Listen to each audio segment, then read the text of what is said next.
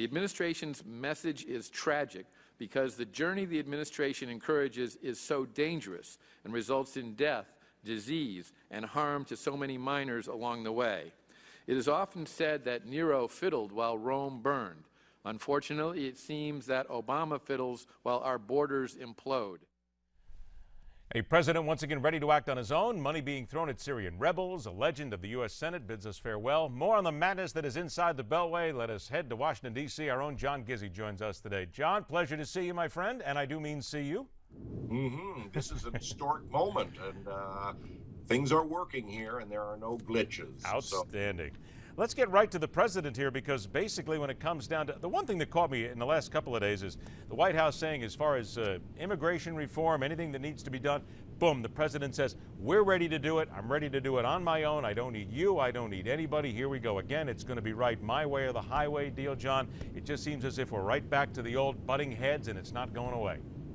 A week ago today, I sat down with Valerie Jarrett, the senior advisor, in fact, most senior advisor to the president in the White House, and asked her, amid a sea of reporters, if the White House would accept the incremental approach to immigration favored by House Republicans. She said yes, they would, that they were not wed to the idea of a full comprehensive package that the Senate has passed, although the president said he'd sign it. Yesterday morning, I spoke to Bob Goodlatte, chairman of the House Judiciary Committee. He has heard the comments from Ms. Jarrett, and he says, quite frankly, I don't believe them. He said, if they are not enforcing the laws that are already on the books, how can the House trust the administration to enforce any new laws, particularly when you have the situation at the border and the president says, take action until August, or I'll use my pen and my cell phone. It looks like, to use a phrase of the late Secretary of State Dean Rusk, they are eyeball to eyeball between the Republican-controlled House, the Democratic Senate, and the Democratic President, and no one is going to blink. I say there'll be no immigration bill this year. And I think that's right where I was going next, because Nancy Pelosi, I think it was a week and a half ago, where she made an offhand comment and said, oh yeah, I believe we can still get immigration reform done. But it is fair now to say that both sides have finally said it's over, it's done. Barack Obama has to leave office and nothing is going to happen. And that certainly doesn't help the people in the American Southwest right now, who are literally just watching as their way of life changes every single minute. Exactly. Chairman Goodlatte of the Judiciary Committee did say that border security, first and utmost, must be dealt with. And once that was established, then they could deal with all the other problems related to immigration, including those who are already living in the United States illegally. But the administration does not seem to be putting the same priority on border security that Chairman Goodlatte and House Republicans are. There's your impasse, Ed.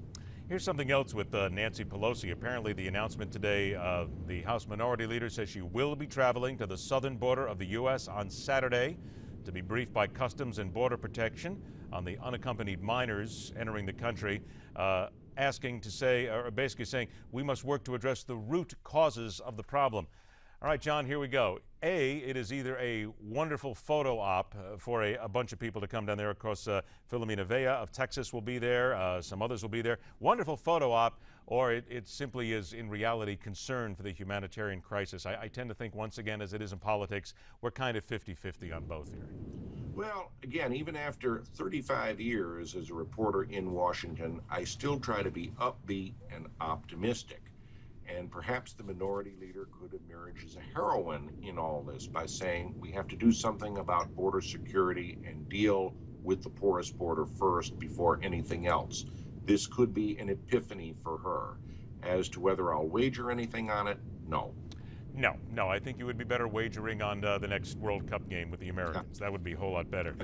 You just got back from the National Press Club, and we have to tell everybody that not always that means that you're in there having lunch or anything. Tell us what happened. Well, a living legend, the longest-serving member of the House of Representatives in history, John Dingell, spoke. He's retiring after 60 years in Congress. He worked with 11 presidents, attended 51 State of the Union addresses, and voted on 25,000 bills by his own count. John Dingell was also very cantankerous. He was saying Congress does not cooperate anymore and it doesn't work. What are the problems? The Citizens United case, he said, that's allowed more money to come into the campaign, and by name. The most senior representative in history denounced Grover Norquist of Americans for Tax Reform and said that Republicans who sign his pledge are locked in and therefore will not work or compromise. What is Mr. Norquist's pledge? Not to raise taxes or offer any new taxes. That's the problem he cited. Again, a lot of times I don't necessarily agree with subjects. I just report them. John Dingell is news. He's living history, and he's going out mad. I have a feeling that come the midterms in 2016, we're going to have a lot of people going out mad. They are certainly still mad in Mississippi right now. Thad McDaniel and the folks in the Tea Partyists down there are still roaringly upset with the way that runoff election went earlier this week. Where do you think it's going to go from here, John?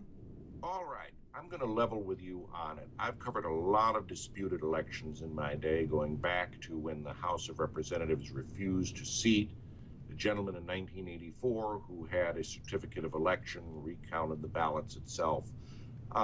What happens in 9 out of 10 cases with disputed elections, particularly primaries, which are nominations for office, are that the results on election day or primary day usually stand, because even if they find fraudulent voting, the conclusion of most election judges and the judiciary has been, well, do we really know that there were enough casts that would have changed the outcome of the election? And in most cases, they say no and let it stand.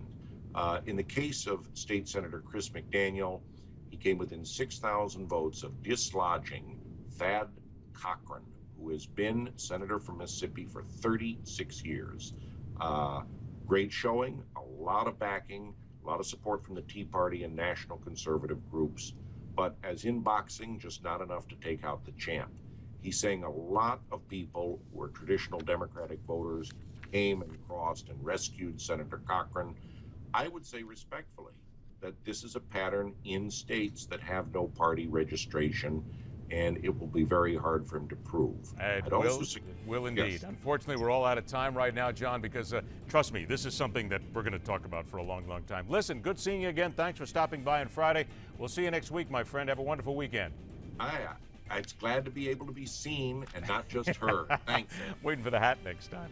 Thanks a lot, John. Take care. John Gizzi. You can also read him on Newsmax.com, and you see him right here on the Newsmax TV network. And we feature him here on Midpoint, because on Midpoint we question everything. Stay with us.